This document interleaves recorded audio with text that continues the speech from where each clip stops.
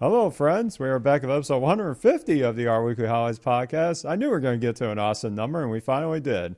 We're happy to have you join us from wherever you are around the world, where we talk about the latest and greatest highlights that we have seen in this current week's Our Weekly issue. My name is Eric Nance, and I'm delighted you joined us today. And as always, I have my awesome co-host who never stops to hustle, Mike Thomas. Mike, how are you doing today? I'm doing well, Eric. I am going on site to a client for the first time in a long time. So Wow. I'm showered, dressed, all before 9 o'clock, which is occasionally unusual. I'm not going to fully admit to that. But yeah, looking forward to that today and looking forward to a quick highlights here. That's right. Yep. You got yourself ready for the whole business professional look. I'm doing that tomorrow for an on-site thing. So we got our week of on-site stuff. But guess what? The power of virtual means we can do this from our comfortable homes for this episode. And this episode is not possible without, of course, Our Weekly itself. And this week's issue was curated by Batol Almarzak, who, of course, had great help from our fellow Our Weekly team members and contributors like you all around the world. Now, Mike, you know that in our little post show last week, when we were just getting our files sorted out, I had kind of lamented the fact that I was a little jealous of a certain individual that just did a really fun screencast of a package review. Well, guess what? That is our first highlight here. I'm referring to a live package review that was conducted by Nick Tierney, very well-established member of the R community and has cooperated with our open side quite a bit in his tenure. Yes, and he did a terrific package review of J.D. Ryan's Soils package, which is one of a very ambitious yet very powerful package trying to help surface up some very innovative data and innovative workflows for her team. To Nick's credit, he was very practical and very upfront with some of his process of evaluating a package, which again draws a lot from his R open sci roots.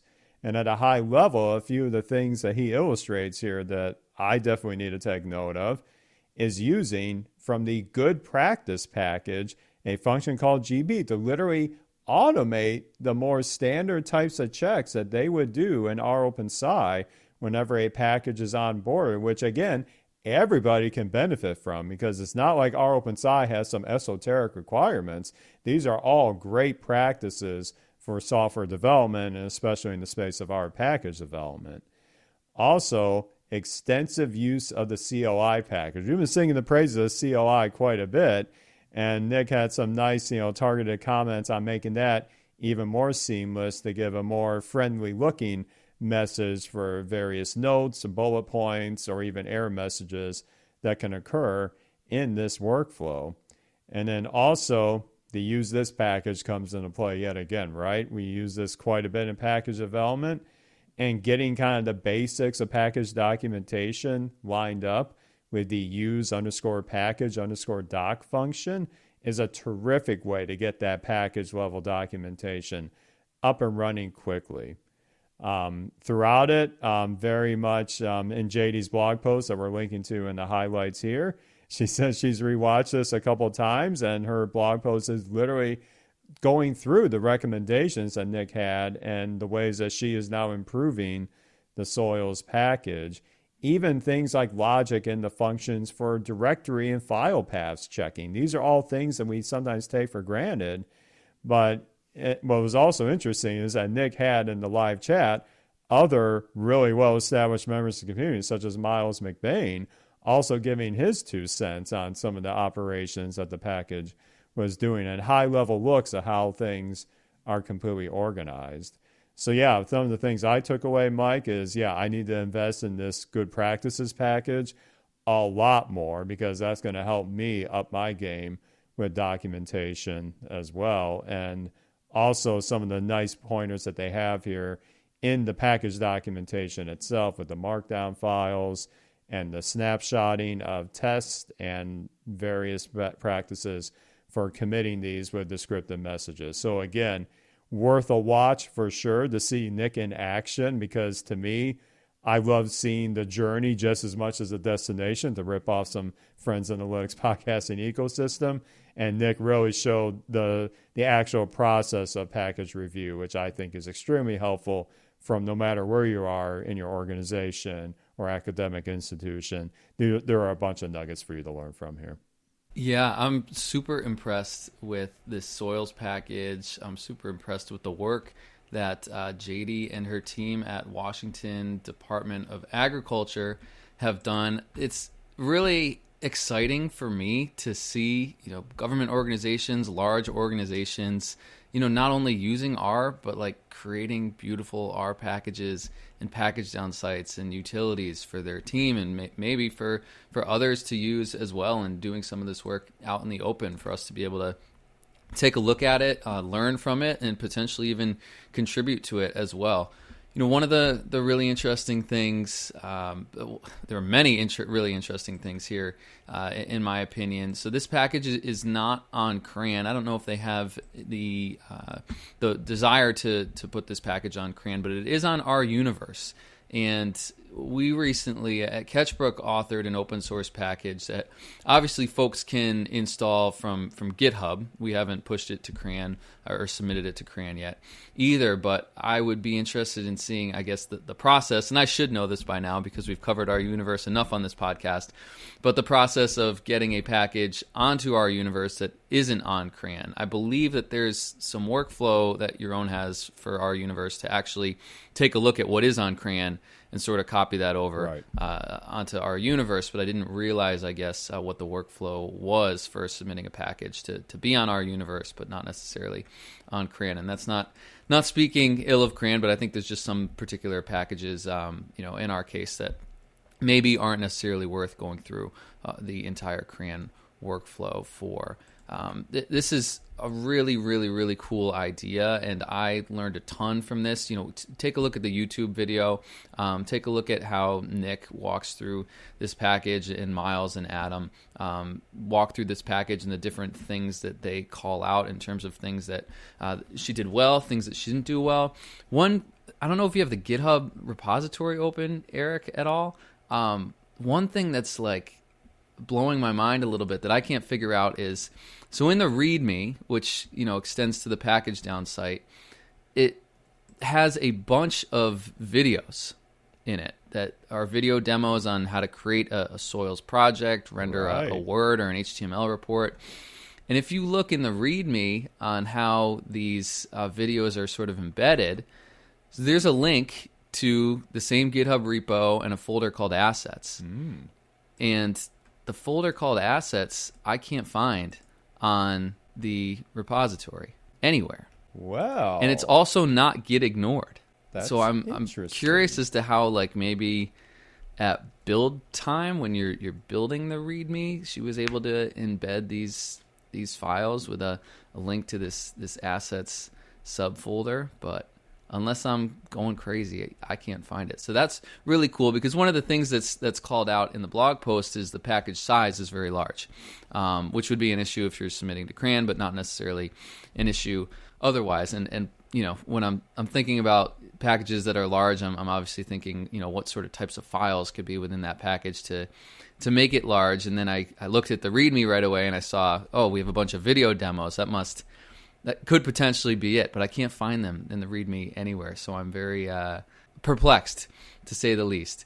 Well, and then maybe the last thing that I'll call out here is, her team went all the way down the path of being able to use the RStudio IDE to create a new soils RStudio project, the same way that we would create a new Golem package, right? Or create a new R package through the RStudio IDE. And the little hex sticker from Soils is on the RStudio IDE right there for creating a Quarto soil health report. It's incredible. Obviously, this package that they've created is going to make other folks in our organization's lives a ton easier to just get their projects up and running sort of immediately instead of having to start from scratch.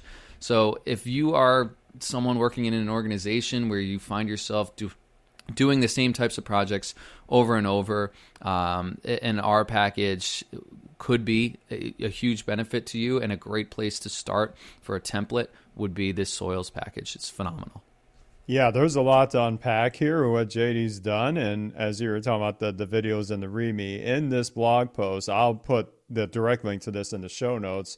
She does say that there is a video tutorial from GitHub directly on how to pull this off. And it does have to do with GitHub flavored Markdown. So he must have done some magic with GitHub itself. So we'll link to that directly, because my goodness, if my package is on GitHub, I definitely want to take advantage of this and make it easier for people to see some of the workflow in action for some of the packages I have in mind in the Shiny space in the future. So lots of great points, Mike. I think knowing that many of the analysts that she's working with, and frankly the ones I work with, are using Posit or RStudio as their front end to this, using that new project feature and getting things ready right away is just so helpful for them.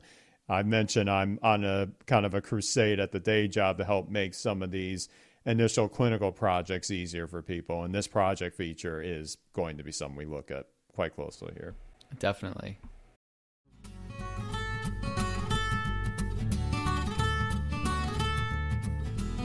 And yeah, you and I, Mike, we've been living the life of creating internal or company packages for our various clients or stakeholders.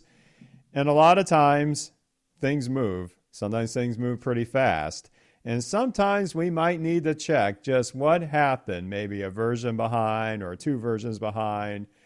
But then you're kind of wondering, how do I handle that? Do I have to do a whole separate R installation on a virtual machine that has an old version installed?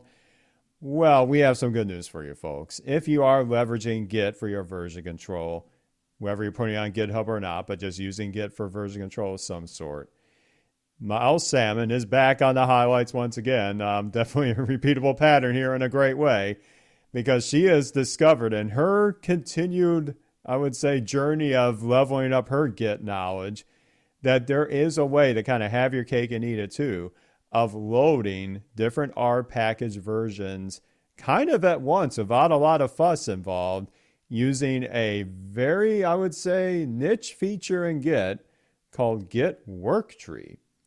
I admit, I have not seen this at all, and I've been using Git for over, 10 years. I did not know about this feature at all. So let's break it down for you real Me quick.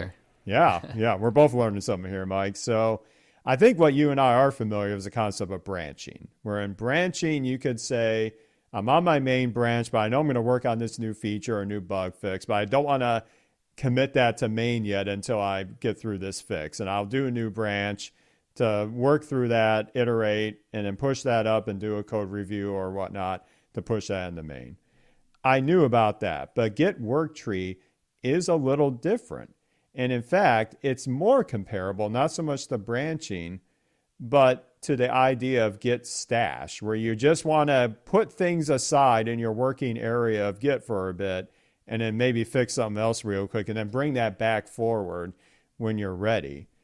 Well, apparently with Git worktree, you can, and as Miles' post illustrates, create a new folder somewhere on your computer, and then have that folder be linked to that same Git repository of that package, but to a different state of that package, maybe based on a commit, maybe based on another branch, maybe based on a previous release, which means that you could use that additional area that's separated from your main working area to look at, say, a previous package version. And she gives an example of, say, another package called rigraph, and then putting the tag after that, and then making a directory for that, and then using Git worktree to check that tag out into that other folder. And then you can remove that, clean up after yourself, so to speak, when you're done doing that investigation of that previous version, of using Git worktree remove and then that folder name, and then it's as if nothing happened. I'm still wrapping my head a little bit around this, because I've never used Git worktree before. But there are plenty of times at the day job where maybe I've already gone 1 version, 2 versions ahead on what I need to finish, but then I'll get a request from an analyst or a client or a customer in my various departments, and they have a question that admittedly some reason they're using an older version of the package. So now I can use Git worktree to investigate that really quickly without having to, do some clever library magic along the way. So I'm still wrapping my head around this, but definitely, as we do always, we'll have a link to Mel's blog post here. But if you need to quickly check what you did a version or two behind, Git worktree seems like the way to go. This is somewhat mind-blowing to me. I think it's a great utility function that I now know about with Git, and it's fantastic. I think it's very simply explained by Mael to be able to create this just additional directory, this additional subdirectory essentially is I think the way that she set it up, which would contain the specific version of the package that you want to work in temporarily. So I think you covered it excellently. This is a very nice, short and sweet blog post, but I again appreciate Mael pointing out these nifty little tricks and tools that we have. I had a similar use case, but not quite the same use case. I actually wanted to try out this package that we've developed on a different version of R, which I guess I could have done and opened up a separate sort of IDE and had a local installation of an older version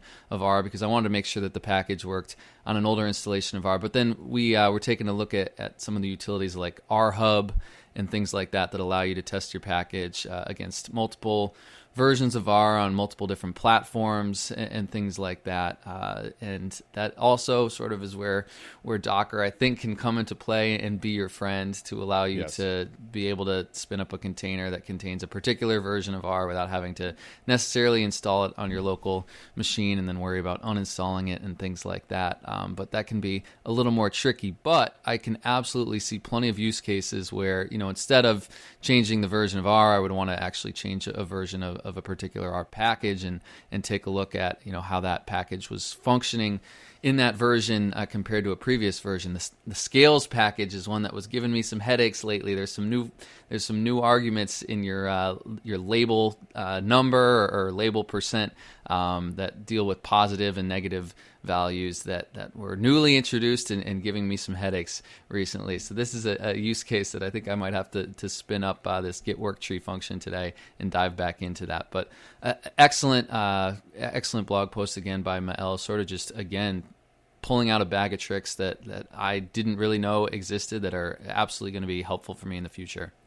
Yes, and I believe, even though he's halfway across the world potentially, I might hear Bruno's voice in my ears saying, you could probably combine your use case, Mike, of checking different package versions with Mael's use case of different package versions with your use case of different R versions with Nick's. I bet there's a way to tie those two together. So Bruno, I heard you, even if you weren't saying it. I can hear you telepathically. So this would fit really nicely in this, and I'm excited to maybe try out some of these newer ideas as I'm getting more in the weeds, especially this past month, on some internal package development and trying to make it easier for both future me and future collaborators as well. But if you ever thought you knew everything about Git, no, I'm one of those people that seems like I've learned something new every week about Git. So it is just amazing what we're learning in this space. And speaking of amazing, the rest of the R Weekly issue is just as amazing. You're going to learn so much along the way if you read through the entire list of new blog posts, new packages, updated packages, and other tremendous resources. So I'll take a couple minutes for our additional finds here. And I admit, sometimes when I'll read an old, I hate to say old, but maybe a somewhat new-ish or senior statistical research book, you wonder what would happen if I just updated the code examples in that book to use a newer package framework, a newer paradigm. How does that compare and contrast? Well, E150 from Posit has done just that with the introduction to statistical learning labs converted to using tidy models. This is massive. If you ever want to see just relating a newer framework for machine learning and everything like that, but with a very critically renowned, well-established literature of getting into the nuts and bolts of predictive modeling and machine learning.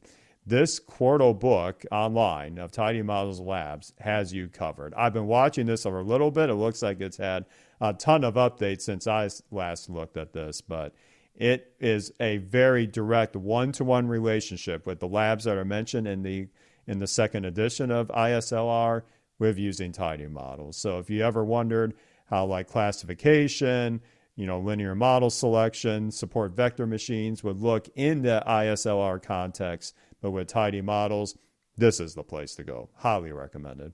I was looking at that book, and I cannot wait to fully check that out. The ISLR book is absolutely phenomenal, and Tidy Models is absolutely phenomenal as well. That's our package, suite of packages of choice here at Catchbrook for when we're doing predictive modeling projects, and then ISLR is sitting on my desk essentially at all times. So it's going to make my life even easier to be able to have this resource that sort of serves as the translation between those two things immediately instead of having to do it ourselves. And I just want to point out Quarto 1.4 has been released. Big improvement here, I think, is around dashboards. We've talked about it a lot, but Quarto dashboards are here, the new iteration of Flex Dashboard. So try it out yourself. The other thing that I'm super excited about, but I think is in the early stages, I'll have to check out sort of how stable it is, but it's this new manuscript project type called Typst, Typst, if I'm pronouncing that correctly. I'm not sure. It sounds like a much lighter weight version of maybe Pandoc or for rendering PDFs really lightning fast, or LaTeX essentially. I think it's replacing Pandoc and LaTeX. I haven't dug into it yet, but if there is something out there that can render PDF reports for us much faster and much more lightweight than what the current options are, I am super interested in it. So we'll see how that goes.